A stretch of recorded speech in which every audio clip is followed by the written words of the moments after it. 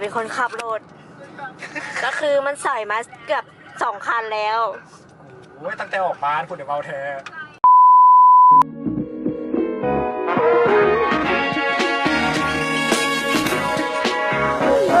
ฮัลโหลเบาหลายบ่ได้เด้อ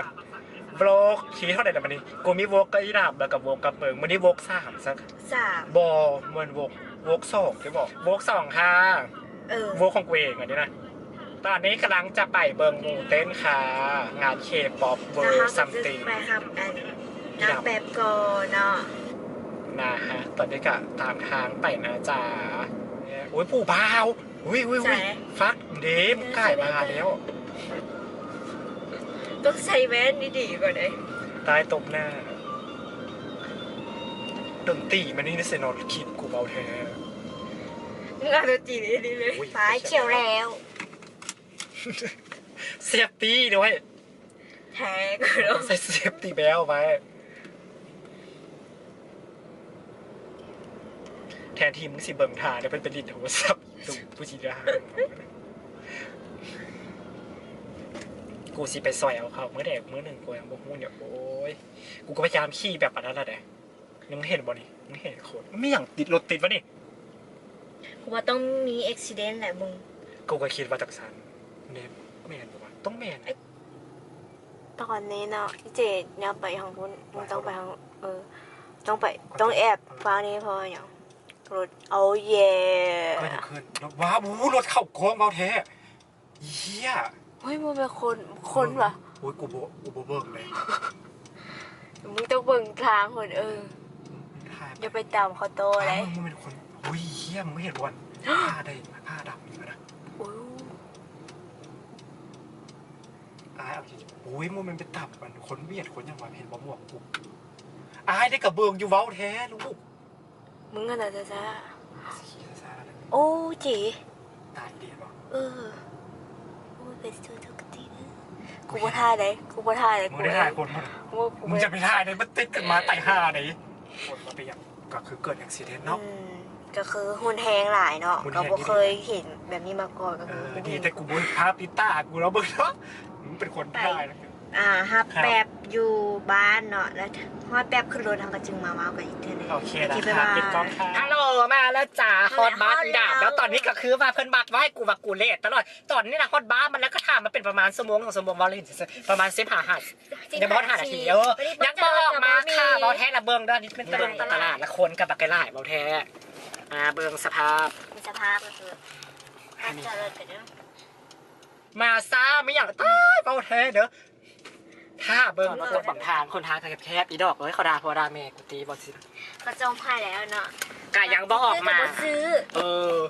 เดี๋ยวมาจอดตัดห้านเขาอีกกับโบเป็นอย่างห้านเขาปิดจนตอนนี้ก็ยังบอกมาถึงว่าถึกด่าจะโบมีคำด่าก็ยังบอกมาว่าแท้เป็นอย่างเป็นคนจริงสิฮะนัดมูแล้วนะหั่นแหละก็ควรจะแบบมูทรงไปหาบอสแอปแล้วก็ยังโบมาเห็นโตคนแล้วทายหน้ามันทายตัวหน้าเอาอีกบอกกวนแล้วมันมาแล้วเบิ่งมันมาแล้วชัวร์นะจะออกมามึงแต่งตัวสดัดพูดนะกระโปรงตอแหลจับได้เบาแท้พูดนะตายเบาแท้ตบหน้าค่ะเบิ่งสมหน้าคนมาซาดมูปะท่า15 นาทีแล้วเบาแท้ใส่กระโปรงอีกเบาแท้ตบหน้าส่งบอลแล้วกับบอลตบเอาต่อที่ไปใส่ไปเต้นไปเบิ่งกันจะเต้นต่อใส่กระโปรงค่ะกันลีเบาแท้เกี่ยวกับไปเต้นหมายถึงฮาจีนุ่งซิวที่เขาบอกมูกับซิวกระชิวมึงว่าปลาเบาแท้มันโบใส่ชิวเข้าไปหาไหนไปดิขึ้นเสือที่จริงนะส่งแบบเขาจะเขาลัดทางนะเขาไปทางเก่าเนาะกระแมนปะเคลียร์ไปเลยไปเลยเนาะห่วยมึงโบขับป่ะโบมาขังแคบนะกูขับบอกเอาบอกมากูถอยหลังโบเป็นได้เรื่องของมึงต่ำกับเรื่องของมึงโอ้ยโบยายกูเสี่ยงเอาอย่างขึ้นบอกเอาเด็กมึงขนาดกูเสี่ยงเพราะว่าอยากต้องเป็นคนขับเพราะว่าอยากบอกการขับทางแคบกูบอกการถ้าเขาบูมาขับแคบโอ้ยตายจอดรถได้แบบจอดท่ามึงนะ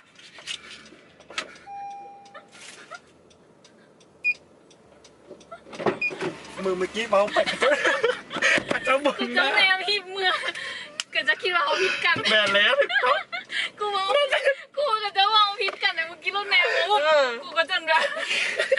แบบนั้น ออฟข้างกันเนี่ยมึงกูเบิร์ดแต่บอลเท ถามขนาดมึงหักเล่นอีกนั่นเป็นโชว์สมนายอยู่เป็นคนท้องอยู่เมื่อกี้นี้ งามบอลเทเขาเบิ้งหน้าเบิร์ดเห็นหน้ามึงวะ เฉยๆนั่นเฉย มึงเหี้ยขนาด กูเหยียดเลยแม่นตัว อีเจดาวถามมึงแหละป้าหนึ่งคนมึงรู้จักมาพิดกันเลยได้แบบเอ้าถูกกันแล้วพิดกันให้โรดเซียนอ่ะ เอาออกแล้วป่ะ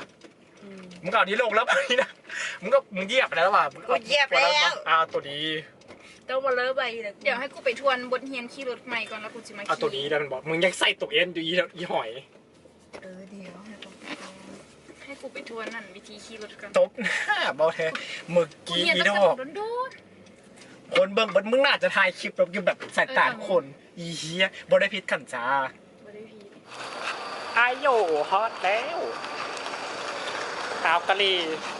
ถ้าเร็วเนาะตอนนี้เนาะ กระเจ็ดเข้างานค่ะเดี๋ยวอุ้ยสวย เห็นตัวเอกปะกูบ่เห็นอ่ะยาง กลัวผิดงาน ผิดกันอีสัตว์เร็วกับงานเกาหลีปะ โอ้แต่มันแบบมึงเข้าใจว่าก็ต้องนุ่งสูทนุ่งแบบสุดลาตอก ถามอายนี่ใช่ไหมได้ถามเคยได้บอกว่าผู้สาวลมโทรศัพท์แต่หัน โทรหาเอง มึงอ่ะนะโซหาเร็วๆโซหาค่ะเร็วๆเดวิฮัลโหลสบายดีกันลีเขาเอิญแมนตัวงานนี่ป่ะโบแมนที่บอกงานนี้ นี่แบบ เอาเด้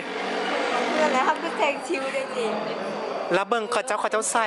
ใส่ทรงใส่สูทอะเบิ้งผู้เสื้อผ้าเขาดู มันว่าเขาพี่ดาย างฮัลโหลฮันนี้เบอร์โบเห็นจะโดนนานเบาเธอฮัลโหลสบายดีไอ้อุดโอ้ยสบายดีเอาวางก่อนดาท่าเบิ้งอีเกตเต้นมาจ้า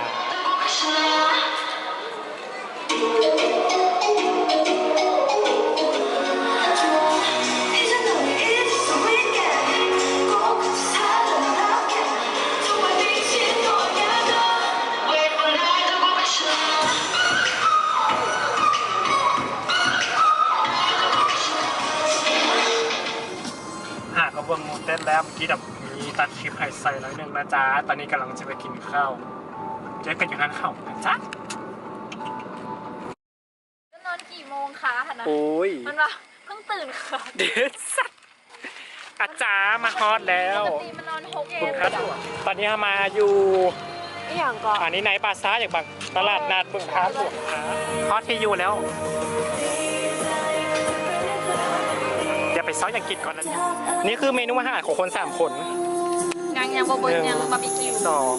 3 4 ยังโบเบิร์ 5 6 หาดไปในบ้านท่าเนาะ ในปลาซ่าอยู่ เอามันไปเนี่ยลูก สปอร์ซอกนัวอยู่หันบอ พอมันบอกแล้วจะเป็นข้าวบ้านท่า คุยาอยู่ ตอนนี้ยังเหลือบาร์บีคิวอีกอันหนึ่ง ในบาร์ซ่า ขอไปแล้วกินข้าวนะคะโอ้ยเริ่มเร็ว มันมีจอก มีปัญหา มันมีจอกอยู่ในอ่ะทางลายแบ็คเก้ากับแบบ เออ นี่แล้วเขาจะตักเราเนาะบังเอิญมันคาเฮ้ยจังไหน เขาเจ๊จักไหน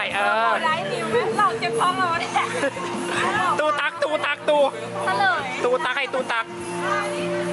ตีตูตักขึ้นมึงเด้มึงตักเบิ้ง มันต้องมีความรู้ทางด้านฟิสิกส์ ฟิสิกหน่อยหนึ่ง เลขาอัน ถู นี้ กต้องใส่มุมใส่สูตรป่ะวะตัก ตั้งแต่ บอกขึ้นมึงจะขาย ไม่กินง่ายดิ หอยเสลย มุมนี้ สูตรคือว่าเราต้องตักมุมที่ถูกต้อง คือมุมนี้ฮะ ถ้าเราตักมุมนี้ เห็นบอมุมจอกปากครับตักบอกแน่นอนตามนี้มุก2 มุกกระลินไปเซาก็ไม่บาย